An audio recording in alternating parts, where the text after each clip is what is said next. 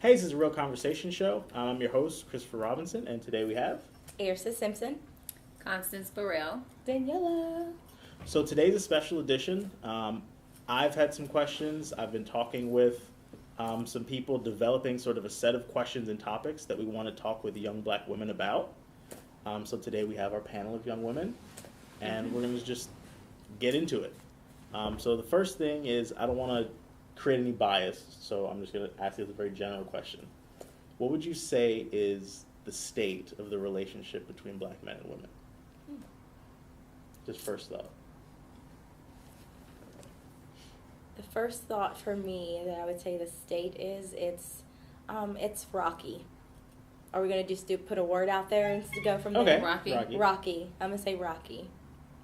Well, in my view, I don't feel it's so rocky. I actually see it very clear. And that's just me coming from my own situations, my own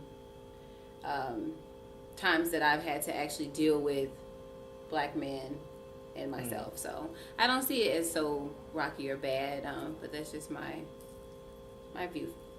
I see it because we're talking about men, not the boys. When we talk about the men, I feel like it's being repaired. Mm-hmm. But there's a lot of work to do with the boys, and that's not it being age, I mean mindset. Yeah. Okay, so there.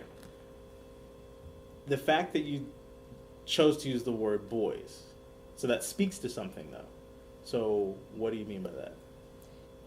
The mindset, because there is a huge difference between a boy and a man.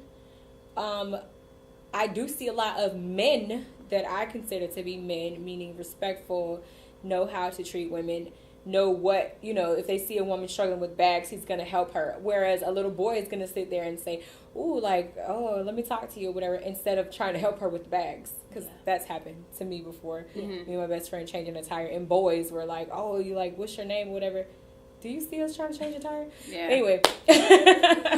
But so, that's a little bit of an unfair answer, because if you say the relationship with black men is fine, it's boys that's an issue, you're creating a separate category. I didn't say it was fine. Okay. She said repaired. It's being repaired. repaired. Yeah. Okay. Which I feel like that's kind of still I guess rocky. I just use it as one simple word, but that's is what rocky. It is still I see on the progress, incline. though. There is Yeah. progress, because you do see a lot of young black men, or just black men in general, trying to reach out and appreciate the black woman, but we still have a lot of work to do. Yes. Because there's only certain aspects that are being respected, not in just the encompass of the whole. So Yeah. I think that In my view of it, I guess in so many ways I do see the immaturity still there. But I guess I affiliate and associate myself around different kinds of men. Mm-hmm. And because I've had some working to do within my own self, I feel like that's what I'm attracting. Mm-hmm. Or even just being around in the different whether it's events that I go to, or it's my surroundings now. Yeah. Now I do still see where it's a lot of work that needs to be done, but again, it's just I feel more so where I put myself in, who I associate with. Mm-hmm. So where do you see the work? Where do you see positives that you said there's things that are getting better, and where do you see? I see a lot of men that I know that are in the community trying to help younger boys.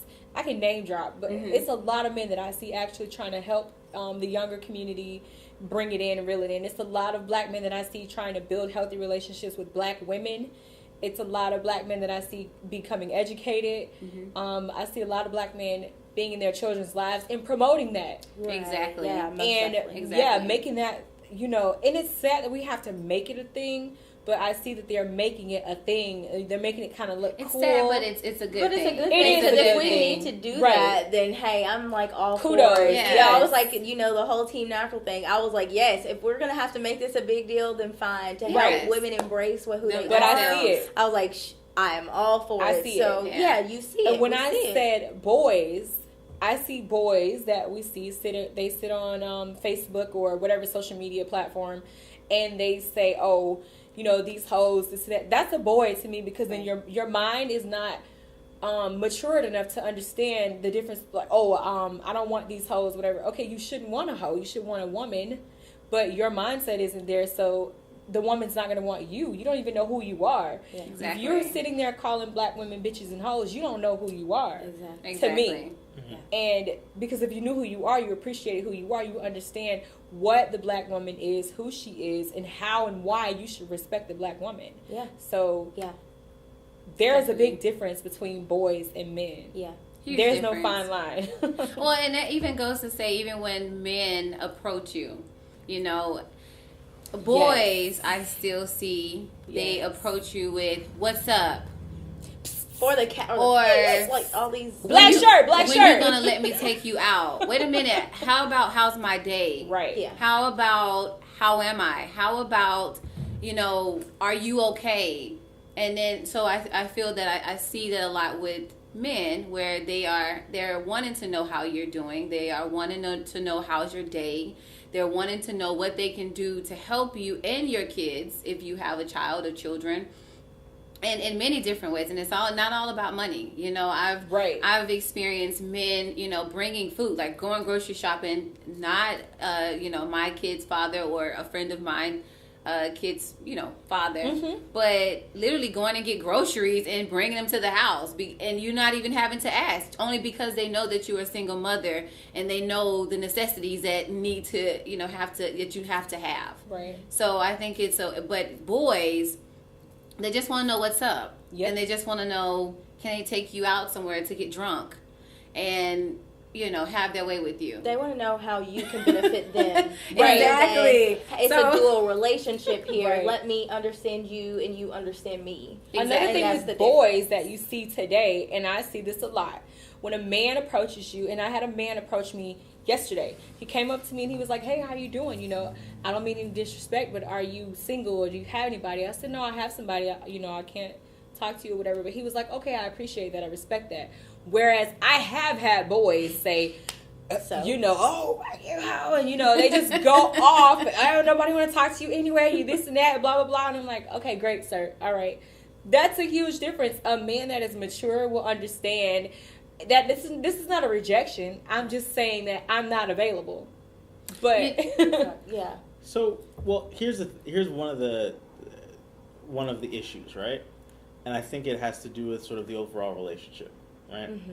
I know as a man, and I'm not trying to take over the thing, but I'm just saying the use of the term boy, right, is sort of hurtful, right? And it's something, especially with black men, it's something that whole much deeper nother- history of behind, course. Yeah. right? So I think a part of it is the piece of repairing the relationship, right, has to do with our approach to one another, right? yes. So I think by saying like there's men and there's boys, like no, there's good men and there's bad men, and the definition of a man is a combination of those two things, and we have to acknowledge both sides of it if we're going to move sort of to better the overall definition of what it means. I'm not going to be able to give them that title because to me, a man is someone that takes care of his responsibilities. I can't call a guy that I see that doesn't take care of his children, does not take care of himself, doesn't love himself, and you don't love yourself or respect yourself if all you're doing is popping pills every day and drinking lean and all that. You don't love yourself. I don't hang out with these people, but I see these people. That's the first person that came to my mind. No, but you just see came these straight to people. my mind. You see them on social media. Yeah, you, no, you they see them. exist. Now They exist. now the day to day. Now this is Right. the men that like I look at, and the ones that literally pray with you and pray for you. They're not concerned. They're not too much concerned about the past or judging you. They fully accept you, and they just want to pray for you and pray with you, and not have any type of, you know, sexual exchange or want to have a relationship with you. It's just pure. And a lot of, I guess you said, how did you just put it? Men and Good men Good and men, bad bad men. men. Yeah. so I guess I don't want to say a bad man because he might not be bad in every area, but Right. I'm just going how you said it. Now the opposite, the bad man.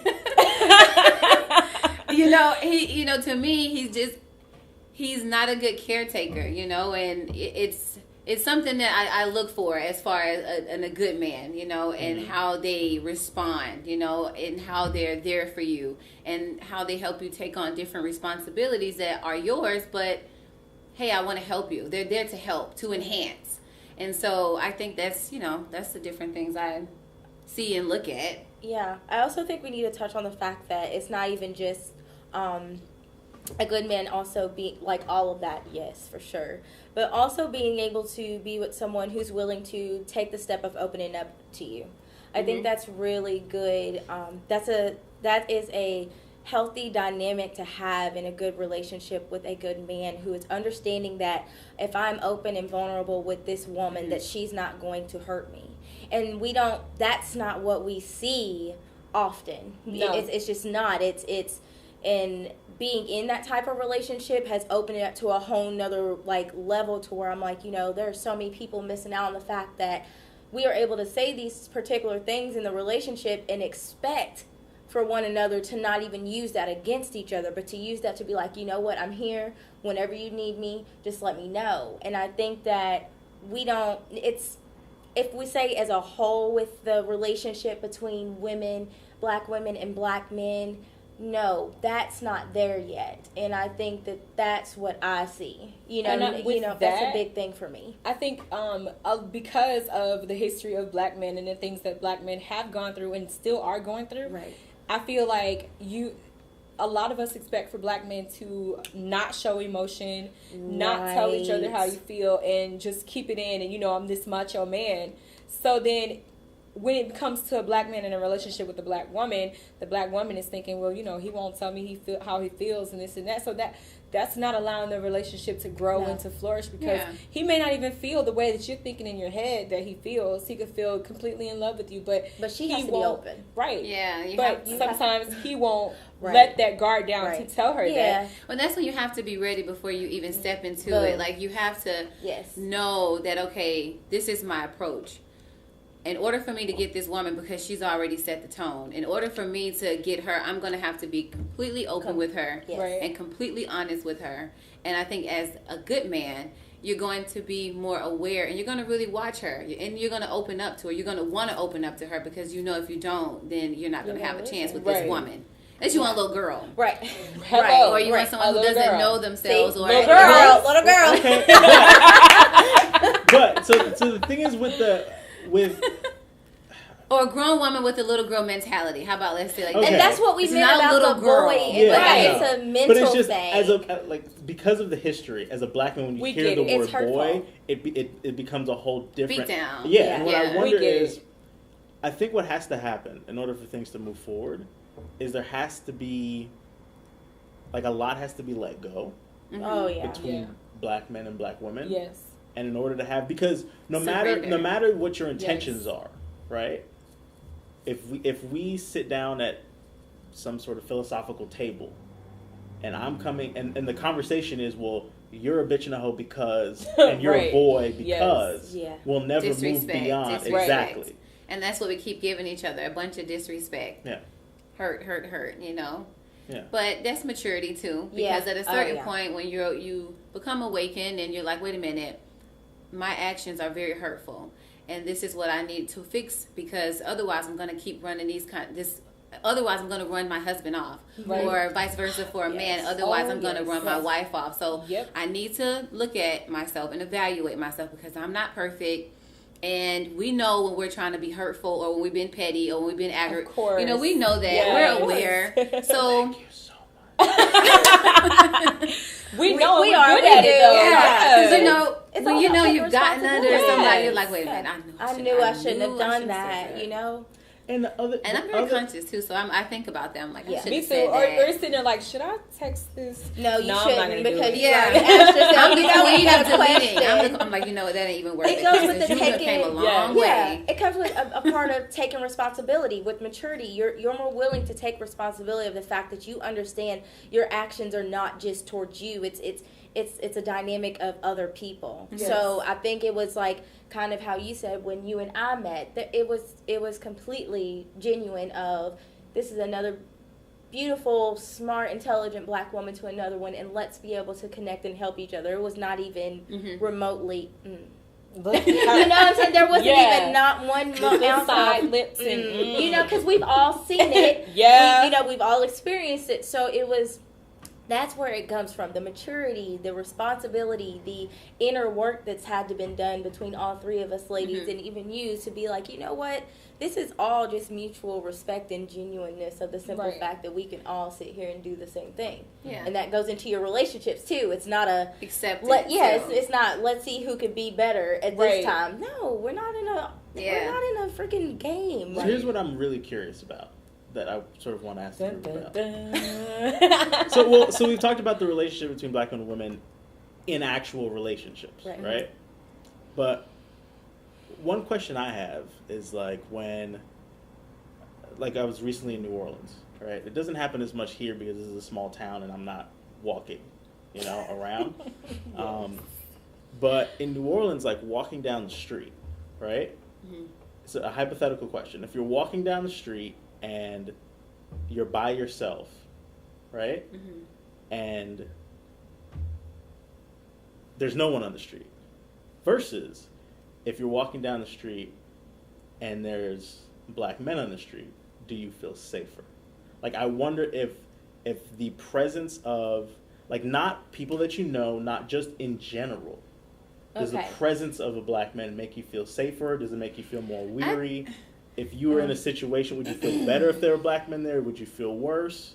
I mean, you're saying black men, so we're just gonna leave it at these are responsible, good citizens, because you're saying men. I mean, just on the street or walking down. Now, I know it depends. Because it just depends. Because if you got Cujo over there itching and scratching, and it's just me and him over there, then I'm a little bit timid. I don't care what color he is. Yeah. I'm a little timid. But now if you have, Angelo, and he's taking his briefcase out of his trunk, and I'm just walking by, it's a possibility that if he turns around and we connect, I might even wave. Yeah. It's presence. It's all about the presence. And we all judge. Let's put that out there because you guys are going to say, that's judging. We all do it. Because he could actually be, a rapist. Yes. Just getting finished with a job, putting his stuff up. So I don't know. Yeah. And then the crackhead might not even bother me. I don't know. But just off of the looks of it, I'm just like, to sell you something, but he's not going to bother you. You have to be honest about it. Something that's true. Right. So where the idea came from is there's this video about sexual harassment that was out, and that was actually a white woman. Yeah. Where she was walking down the street and she had like a body cam of all the men that were talking to her. Yeah. And what was interesting was it was a lot of the responses she was getting were like, "Hey, beautiful," "Hey, sweetheart," or whatever. And it was like, you see how they're harassing me, right? Oh. And what I wonder is, has the relationship gotten to the point where everything is seen as, like, is there like a cynical view from both sides? Okay, I have two. I have kind of an answer to that. Okay, so one is that is going to be different with a white woman and a black woman, period. Yes. We are hypersexualized. Yes. So it's completely different with the hey, beautiful, this.